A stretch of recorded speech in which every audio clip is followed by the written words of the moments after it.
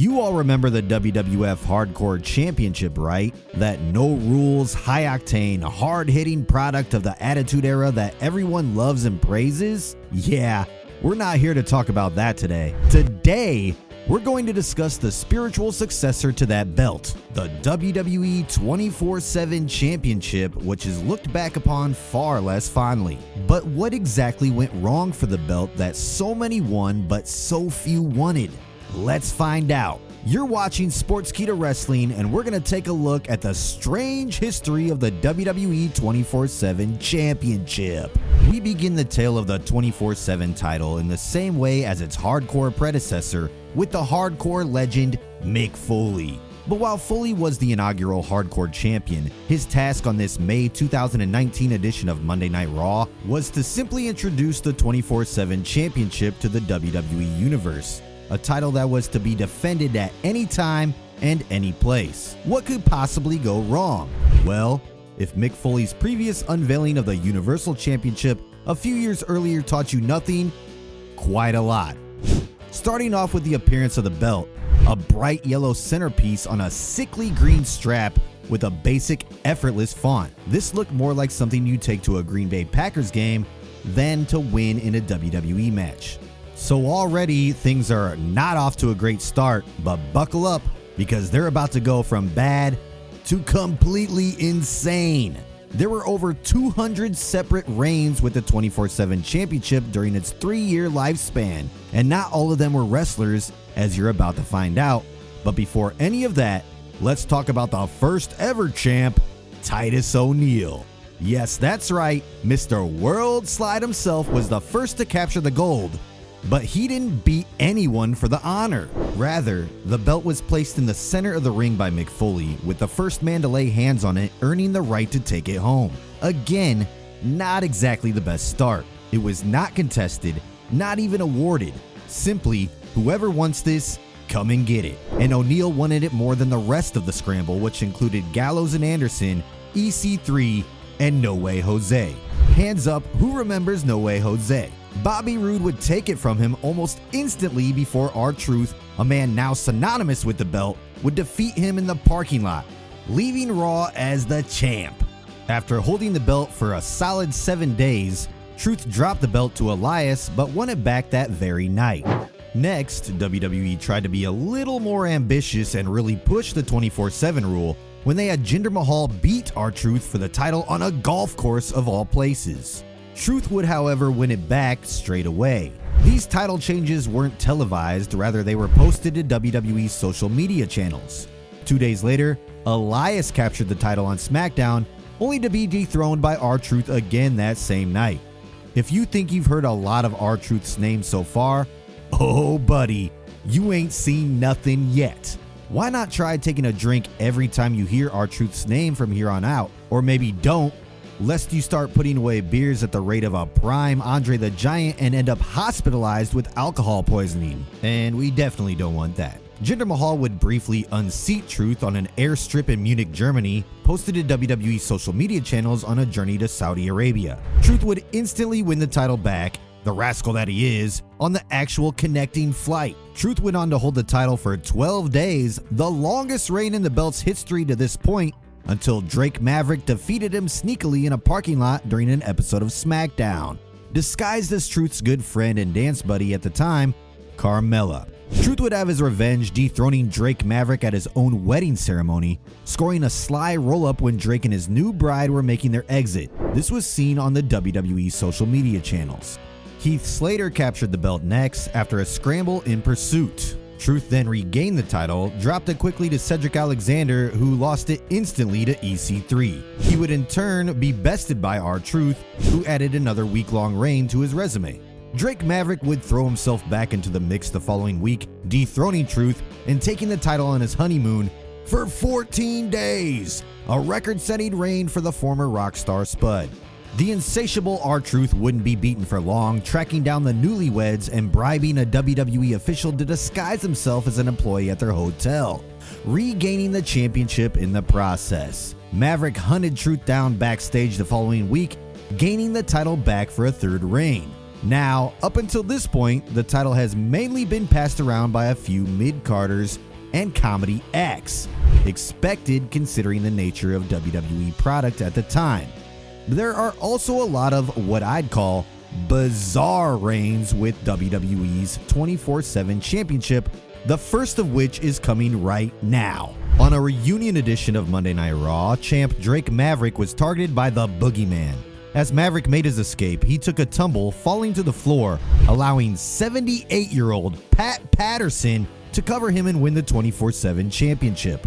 What's really ironic is, Patterson was the most credible and decorated holder of the belt in terms of career highlights until that point. He was bested for the title off-screen by 73-year-old Gerald Briscoe that same night. Briscoe would lose the belt to former WWE Divas champion Kelly Kelly later that evening, earning her the honor of being the first woman to hold the title. She wouldn't have much time to celebrate though, as former women's champ Candice Michelle quickly dethroned her. Melina was special guest ref for this one. Melina also called the decision for the next title change, with 56-year-old Alundra Blaze submitting Candice to pick up a reign. Remember when Alundra Blaze jumped ship to WCW during the Monday Night Wars and threw the WWF Women's title in the trash? Well, not only is that grisly foreshadowing for the 24/7 Championship, it's also something that WWE tried to recreate on the episode of Raw, complete with a trash can and commentary table. Alundra was stopped before she could ditch the belt by the $1 Million Man Ted DiBiase, who bought it from her. Drake Maverick later dethroned him in a limo before the crafty R-Truth won the title back at the end of the night. Yeah, that's right. That all took place on one night. The 24/7 Championship had a lot of nights like this. It got around, as they would say. Mike Kanellis took the title from Truth during a scramble 1 week later before being forced to surrender the title to his wife, Maria Kanellis, backstage, in a moment that was as humiliating and degrading for the title as it was for Mike Kanellis himself. Degrading, yes, but buckle up, because the next one is just weird. Mike reclaimed the 24/7 title from his wife the following week in a pre-taped segment with a nice hug, no less. It's a shame that that hug took place while Maria was prone on a doctor's table during a pregnancy-related checkup with a referee in the room disguised as a nurse. Yeah, that's pretty warped. Great partnering, Mike Kanellis. It went from bad to worse though, as R-Truth, yes him again, was also present for Maria's doctor's appointment. Lurking in the waiting room disguised as a pregnant woman, he would make short work of Kanellis to claim the title back for an 11th reign. Truth had the belt until the following Raw, where he was once again chased by WWE's midcard, pursued to the ringside area during an ongoing tag team match. Truth found himself in the ring and got pinned by both members of the Revival, better known today as FTR, at the same time. Another first for the 24/7 Championship, with a two-person team sharing a reign. R-Truth won the title back in quick fashion with some help from Carmella and a little bit of help from Kalisto as well. Elias took the belt in a backstage segment later that night, holding it for 11 days before R-Truth ambushed the Drifter at his own music show. Another one for the WWE social media channels here. If your brain is not already fried, have no fear, because this just keeps going. The next holder of the belt wasn't a WWE employee or a wrestler or even an athlete at all, with professional sports commentator Rob Stone getting a brief reign on the set of his own ESPN show. He was 50 years old at the time. Elias immediately reclaimed the title, but this was basically WWE admitting that the belt was a sideshow that anyone living in existence could potentially win. Next we had Drake Maverick, then Bo Dallas, then Drake Maverick again before R-Truth conned his way back to the belt disguised as a king. All hail the king of the 24/7 Championship. Many times did he reign. NBA star Enes Kanter then earned himself a reign on WWE Main Event, but you guessed it, R-Truth won it back. Mayor Kane, not Kane, not even Corporate Kane, managed to squeeze in a reign with the help of a WWE referee disguised as a Knox County police officer. He would quickly lose it to R-Truth.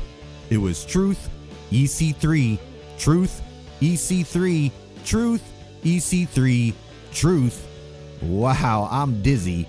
And all this was taking place at WWE live events, before Carmella would score another reign for the women's division on a September 2019 edition of Raw. She held the belt for 11 days, dropping it to a man called Marshmello, a popular EDM DJ known for wearing a giant marshmallow-shaped helmet on his head. He fell onto Mella backstage at the SmackDown 20th anniversary show, accidentally winning the title and becoming the first musician to hold the belt, unless you count Elias, which you definitely shouldn't. As we progress into October 2019, Carmella, who took the title back on social media, dropped it to Tamina at WWE Hell in a Cell, who would herself drop the title back to R-Truth, securing the title for a 20th time. Holding it for 15 days, Truth scored the longest reign in the title's history to that point, which I feel like I've said a lot. If you've actually taken a drink every time we've said R-Truth until this point, you're probably pretty hammered by now. Sunil Singh would end Truth's reign, holding the belt for 10 days before Little Jimmy's best buddy won it back on the Crown Jewel kickoff show in Saudi Arabia. Samir Singh won it from him at Crown Jewel,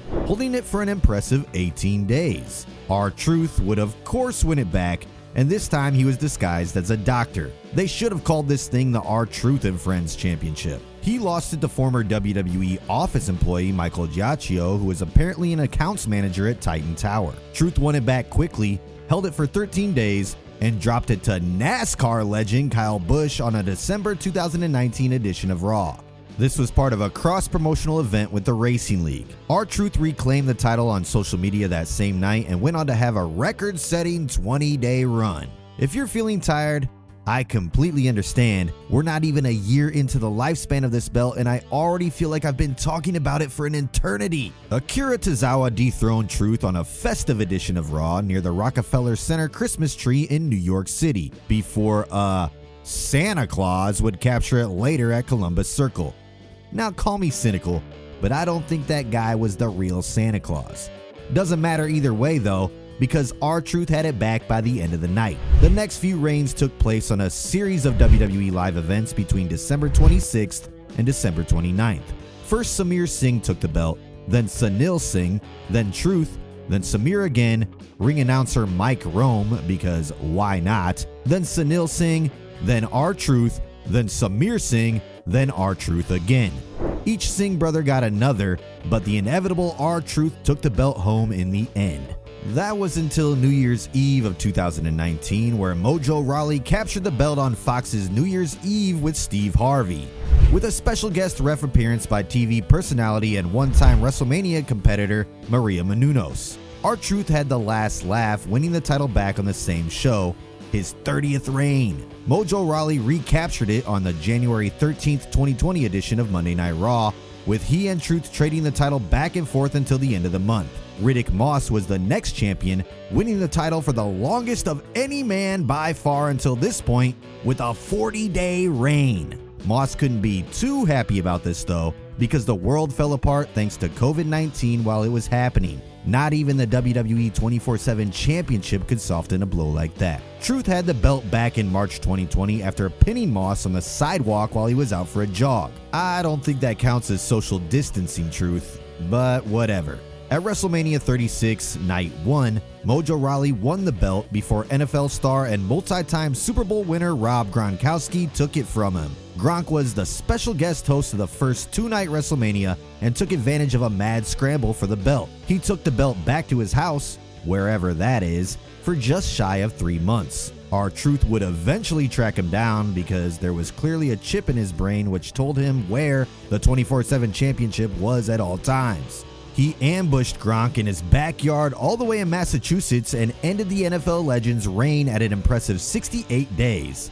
Though it's less impressive when you realize that the belt was just gone during this time, with no efforts made to defend it by Gronkowski and no efforts made by WWE to seize it back. Seems like no one cared about this thing just across the board at this point. Akira Tozawa took it from Truth on June 17th before former Ron Collins recaptured it 10 days later. He'd hold it into July before the criminally underrated Shelton Benjamin beat him for a 14-day reign. If you've been counting, which I hope you haven't because you've probably got a headache by now, that's 100 reigns so far, about half of the total of the 24/7 Championship's lifespan. Granted, it was getting a lot of WWE's lower mid-card some much-needed TV time, but the segments were silly and poorly booked, often coming off as lazy, childish, and very pandering, mainly to athletes and personalities from outside WWE.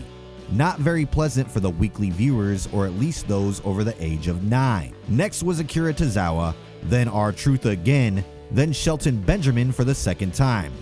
Benjamin would trade the title back and forth with Cedric Alexander before Tozawa and Truth would each get another reign. Drew Gulak briefly took the belt from Truth at Clash of Champions in September of 2020, but he won it back by the end of the night again. If you're thinking to yourself this is all getting quite repetitive, then you're right. The booking of the 24/7 championship was messy and it wasn't even very creative.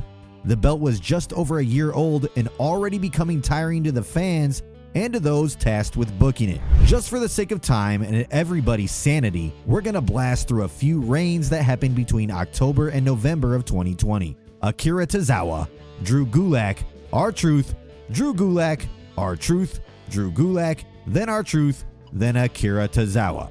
Seriously, WWE, you know you have other wrestlers, right? I know you fired a lot of them during the global pandemic a few months earlier, but you still had a stacked roster, even at the lower mid-card level. Also sensing a need for new faces in the picture, WWE gave Erica the Viking Raiders a reign on a night where the title changed 8 times. Drew Gulak picked up 2 more, Tucker of Heavy Machinery got 2, Lince Dorado and Grand Metalik got 1 each, before R-Truth left Raw with the belt again. Roll on to Survivor Series 2020, where the returning gobbledygooker took the belt briefly, stomping the credibility of the belt even further into the ground. Stop! Stop! He's already dead! Akira Tozawa and R-Truth would get another reign each after this, but ask yourself why. After 39 days with the belt, Angel Garza unseated Truth at some kind of TikTok New Year's Eve party before R-Truth got it back during Raw Legends Night on January 4th with a little help from the Boogeyman making his second appearance in this video. I'm surprised they didn't give him a reign with this thing. He'd hold it until Alicia Fox would take it from him at the 2021 Royal Rumble after Truth accidentally got himself involved in the Women's Royal Rumble match. Truth, refusing to give up the precious, picked his spot and waited for Fox to be eliminated, pinning her to regain the title. He lost it to presenter Peter Rosenberg later that night, getting it back on February 1st the following day after pinning Rosenberg in a hotel room during a radio broadcast of the Michael Kay Show, which was, in fairness, one of the most inventive title changes the 24/7 title had. Former pro football player Doug Flutie beat Truth during halftime at the 2021 Celebrity Flag Football game, and yes, Truth got it back almost instantly. Akira Tozawa would get another win before Bad Bunny won the title for a 20-day reign, the second musician to win the belt, but the first to have actual in-ring experience. We're still not counting Elias. Bunny then swapped the title back to R-Truth in exchange for Steve Austin collectibles. This was a landmark 50th reign for Truth, and he didn't even win the belt back. Rick Boogs as Joseph Average would then capture the belt as a part of an Old Spice ad at Fastlane 2021. Truth got it straight back because WWE was void of any other potential outcomes for the belt. It was almost like an unwritten rule at this point. R-Truth has to leave with the 24/7 championship. According to WWE, he had the title for 57 days after this until Akira Tozawa, his nemesis in the 24/7 title picture at this point, would once again defeat him. Then it was Gulak, then Truth, then Tozawa again, before the mighty era of Reginald. Reggie smashed the record by a country mile, taking the strap for 112 days in July of 2021. This was the longest in the belt's history. Was Reggie the savior of the 24/7 championship? No, despite coming up with some inventive ways to escape with the title. Drake Maverick was the man to beat the future scripts in November of 2021. Akira Tozawa secured his 11th reign next, before commentators Corey Graves and Byron Saxton would each win the title once. Then it was Maverick again, but Reggie would have it back by the end of the night. Cedric Alexander won it next, followed by Dana Brooke. Then another win for Reggie, not in the ring, but during a sit-down meal. Dana won it back for an impressive 56-day reign before Reggie, Tamina, and Akira Tozawa would get a reign each during a wedding on Monday Night Raw. A double wedding between Dana and Reggie and Tamina and Akira Tozawa, officiated by R-Truth. I firmly believe the existence of the 24/7 championship was causing the simulation to break down at this point. Brooke would channel her inner R-Truth and escape with the belt before the end of the nuptials. Almost superhero Nikki ASH would beat Brooke in May of 2022, only for Dana to have it back by the end of the night.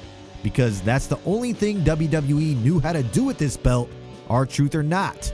Tamina and Tozawa each got another reign, before Dana Brooke won the title back during a match with big-time Becky Lynch. Then it would be Doudrop, Tozawa, R-Truth, Nikki ASH, and Dana Brooke, all during a taping of WWE Main Event. Carmella would return to the mix later in July, trading the 24/7 championship back and forth with Dana Brooke on a pair of WWE live events. Then the belt changed hands 6 times during a tag team match on Monday Night Raw, with Akira Tozawa, Nikki ASH, Alexa Bliss, Doudrop, Tamina, and Dana Brooke all winning it. And that was almost the last time we'd see this title change hands on TV. It only ever changed hands at WWE live events at this stage, on its last legs after just 3 years of life. Before the 20th and 21st of August 2022, the belt changed hands 7 times, with Nikki ASH, Tamina, Dana Brooke, Nikki ASH again, WWE referee Sean Bennett, Tamina again, and eventually Dana Brooke rounding things out. The title didn't change hands again until a live event on September 10th, 2022, where Nikki ASH, WWE referee Eddie Oringo, and Tamina would all pick up a reign before Dana Brooke would once again R-Truth her way into leaving with the gold. Eddie Oringo was actually the last ever male to win the 24/7 championship, with the rest of the reigns coming from the women's roster exclusively. Brooke held the title for 35 days before Nikki Cross, formerly Nikki ASH, beat her at an October 29th live event. Tamina got an extra reign on this show too before Dana Brooke took it back. She held it until the following day, where Nikki Cross and Tamina each got another reign, which was exactly what happened the previous day. Dana Brooke left the October 30th live event with the championship because creativity was murdered and WWE is responsible. Even right up until the end, they were just devoid of any new ideas when it came to the 24/7 championship. Just rinse and repeat until it doesn't exist anymore. And it didn't exist for much longer, with Nikki Cross dethroning Dana Brooke for the final time on the November 7th episode of Raw in 2022. Cross became the woman to retire the title, fully embracing her heelish ways by throwing it carelessly into the trash in a backstage segment. However, Nikki missed the trash, with the title belt flopping listlessly out of the can and onto the floor. A fitting end to the WWE 24/7 championship after a bizarre and confusing life. Were there any positives at all? Sure there were, I suppose. For one thing, it gave lower mid-card talent TV exposure, even if they were doing ridiculous slapstick comedy. It also gave those lower mid-carders a WWE title to add to their resume. Towards the end of its life, it also highlighted the glaring need for secondary titles in the women's division on Raw and SmackDown. This was something that Dana Brooke in particular was vocal about. Brooke was public in her lobbying for the survival of the belt, which she argued should have been switched to a female exclusive championship. That didn't happen and the title was deactivated, where it remains to this day, which is probably for the best considering it was comedy fodder for the most part, and not even imaginative comedy. The same faces would win it in the same ways again and again and again and again, with very little payoff. The desperate multi-man scrambles for the belt were sadder than they were entertaining, arguably lowering the value of the superstars doing the chasing, given that WWE placed such little value on the prize. You'd often think, why are they chasing that thing? What's the point of all this? It didn't help when fans spotted legends like Jeff Hardy, who could have been higher on the card for sure, showing up in the scrambles and not even winning the belt. And that's not to mention the plethora of retired performers, TV personalities, musicians, and athletes from outside sports who captured it too, sometimes even beating out active WWE talent which did them no favors. It was an attempt to cash in on some Attitude Era nostalgia in a PG landscape with some dull results. R-Truth had more than 50 reigns with the thing, wearing disguises and coming up with wily coyote schemes. Not to mention, WWE would often suspend the 24/7 rule during matches that the current champ was involved in. And if the 24/7 rule is suspended, what does that make this belt? It's literally called the 24/7 Championship. Without 24/7, it would just be called the Championship. It could have gone a lot better for sure, but for the most part, that's not the fault of the talents who won the title. It's more an issue with WWE's entire creative process at the time. They immediately lost interest in the 24/7 title.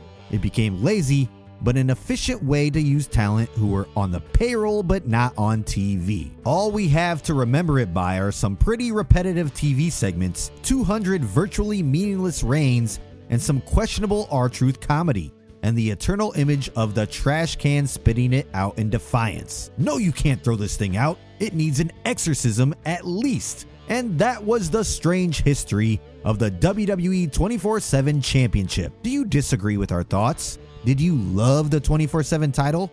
Let us know in the comments, and don't forget to like, share, and subscribe to Sportskeeda Wrestling to see more content like this. Thanks for watching, and we'll see you next time.